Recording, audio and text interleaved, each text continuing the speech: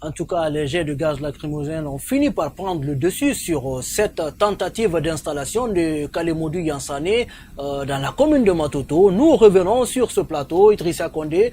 Finalement, quelle doit être aujourd'hui l'attitude à adopter par ces différentes formations politiques qui sont quand même en lice pour briguer la tête de la commune de Matoto? Je pense qu'ils doivent s'inscrire dans le cadre de la légalité. La légalité voudrait que quand il y a un contentieux électoral, qu'on saisisse le juge du tribunal de première instance qui va examiner le contentieux et qui va rendre une décision qui sera sans appel. Cette décision s'impose aux partis, c'est le code électoral révisé en son article 114 de 2017 qui le dit. Il faut que notre pays soit un pays normal. Il faut que les gens arrêtent justement de sacrifier la République pour les intérêts politiques. Si je vous fais revenir là-dessus, cela veut dire qu'en Guinée aujourd'hui, ni l'opposition ni le pouvoir ne respectent la loi, ni l'opposition, personne n'est élu encore. Je pense, sincèrement, je pense que personne n'a été élu et que ce vote mérite d'être soumis à la censure du juge du tribunal de première instance. Quand le juge rendra sa décision, cette décision s'imposera au parti. Mais en aucun cas, sous aucun prétexte, on ne doit s'aimer le désordre et l'anarchie dans cette commune-là, parce que c'est la vie des citoyens guinéens qui est en cause, c'est la question de la représentativité du peuple de Matoto qui est en cause, le peuple souverain de Matoto s'est exprimé. Je rappelle simplement qu'il n'y a pas à se battre pour gagner une commune, parce que de toutes les façons, ceux-là qui sont élus sur ces différentes listes se retrouveront tous dans le même conseil. Tous les conseillers élus à la fois et de l'UFDG et du RPG travailleront ensemble. Maintenant, la question de une élection communale n'est pas une élection présidentielle. Finalement c'est l'incompréhension de la prise de décision. Absolument, absolument. Parce que vous savez, les gens se battent pour les élections ici. Il faut faire la distinction entre une élection présidentielle, une élection législative et une élection communale. Une élection communale, tous qui sont élus conseillers siègent dans le conseil communal. Ils ont les mêmes droits. La décision, elle est collégiale. Seulement, on élit des conseillers pour être le maire. Et on met les autres vice-maires. Donc il n'y a pas à créer une tension dans notre pays pour ces questions-là. Nous sommes en apprentissage démocratique.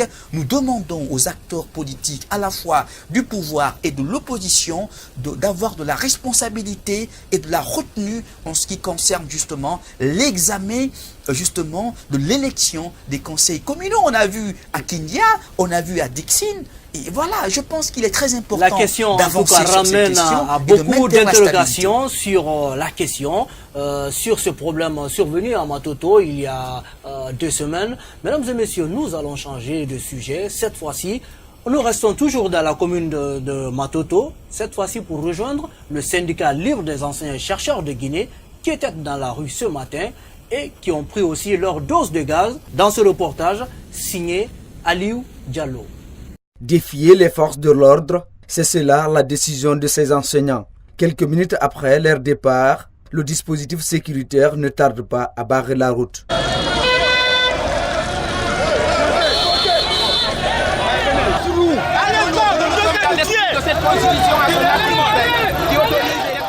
Ces hommes de craie n'obtempèrent pas. Tous derrière leur leader, ils sont déterminés jusqu'à l'obtention de leurs revendications.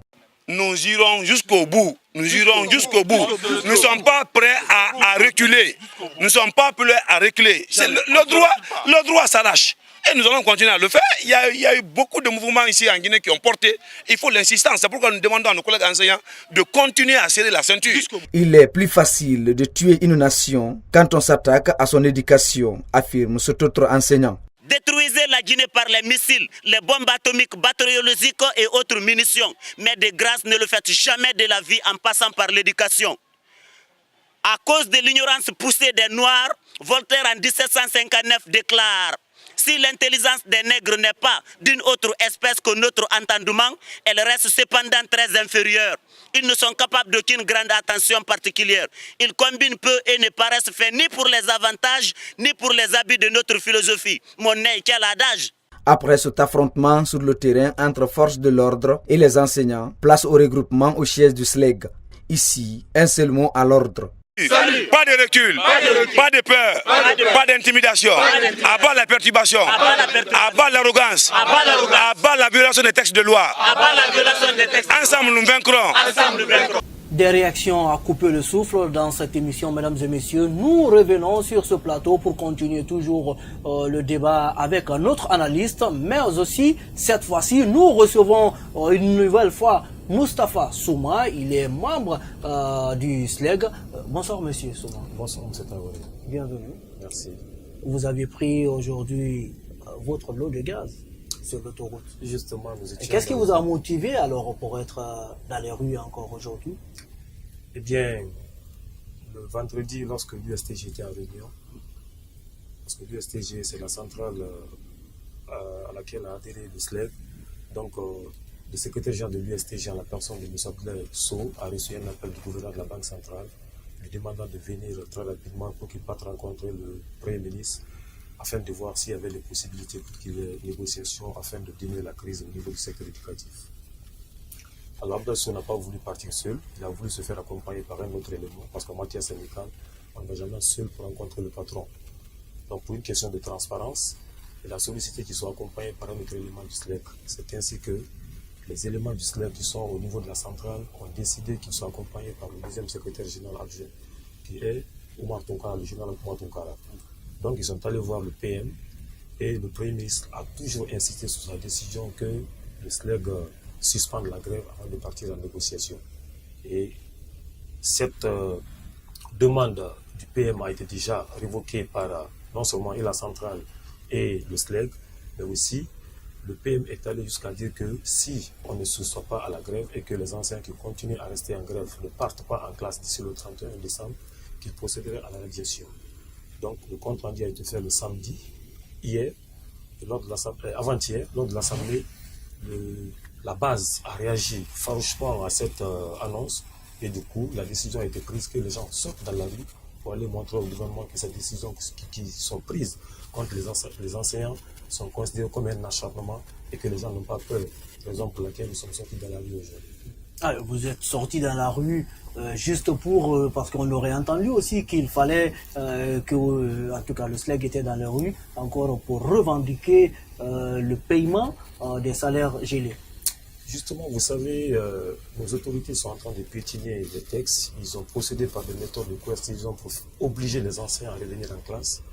Chose qui est d'ailleurs plus mauvaise que si les enseignants restaient à la maison. Parce que quand on oblige un enseignant à partir en classe, alors que cela n'est pas de son gré, alors il fera pire que s'il reste à la maison. Le gouvernement a procédé à beaucoup de choses qui sont contraires aux lois. Déjà, le gel de salaire n'est pas prescrit dans le texte. Ce sont des décisions illégales que le gouvernement a prises pour empêcher, c'est-à-dire pour faire souffrir les enseignants afin de revenir en classe.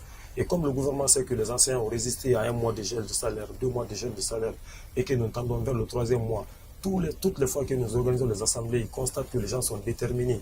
Ça ne fait que galvaniser les gens. Alors, ils ont voulu passer à la vitesse supérieure. Et là aussi, en prenant des mesures de violation de le texte.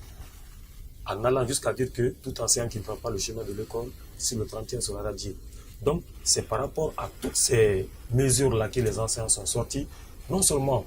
Est-ce que vous avez, disons, une connaissance sur la loi, sur la radiation d'un fonctionnaire qui est en grève? Justement, les critères de radiation sont clairs au niveau des textes parce que les enseignants ou les fonctionnaires de l'État sont régis par la loi L028. Et d'abord, au niveau de notre Constitution, en son article 10, en son article 20, le droit de grève est reconnu.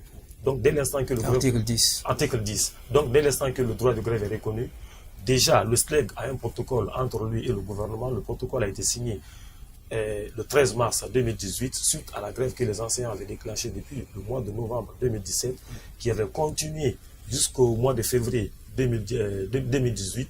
Donc, à la signature du protocole, 3 points étaient au niveau du protocole. Il y avait le paiement des 5 mois de salaire qu'on avait bloqué au général Boubacar Souma, mais aussi le paiement de 40% qu'on avait enlevé aux enseignants lorsqu'il y avait transposition au niveau de la nouvelle grille. Parce que les enseignants qui avaient pour grille 1030 se sont retrouvés avec 751.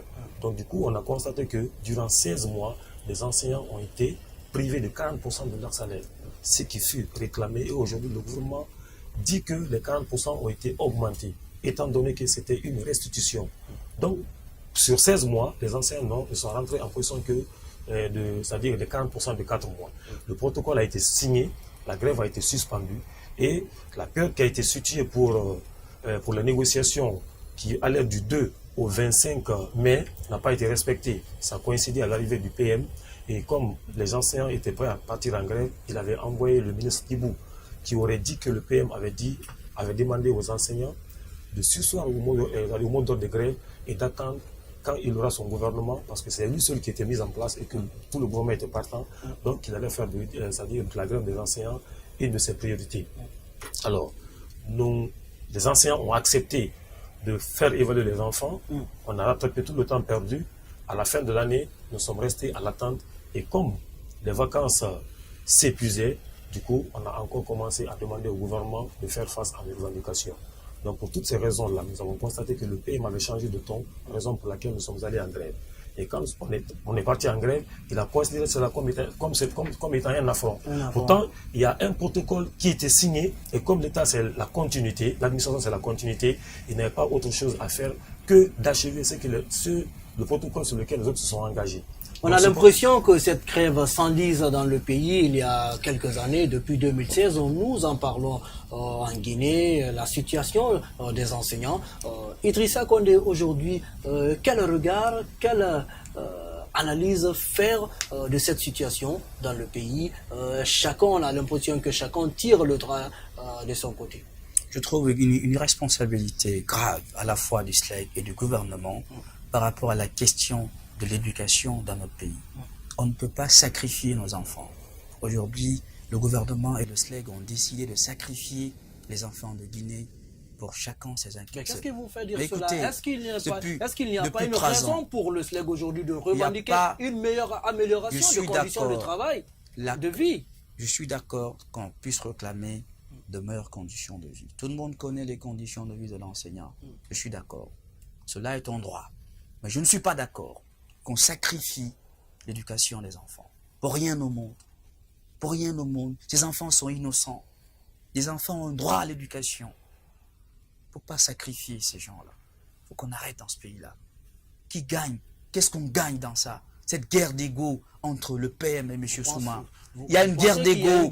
Absolument. Vous pensez qu'il y a une guerre d'ego? Absolument. Je pense qu'il y a une guerre d'ego. Absolument. Absolument. L'éducation est victime.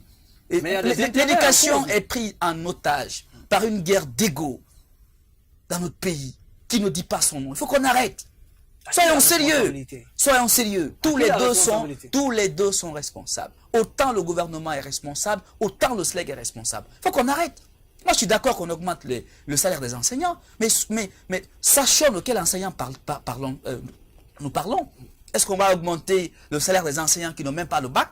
Les gens qui n'ont même pas le bac vont avoir 8 millions dans ce pays. Il faut qu'on arrête. Il faut qu'on fasse la distinction entre les enseignants qui ont le niveau et qui méritent des salaires décents et des enseignants qui n'ont pas le niveau qu'on doit former pour pouvoir leur donner un salaire décent. Mais il ne faut pas qu'on généralise et qu'on prive les enfants de l'éducation. C'est un crime. Je rappelle que les enfants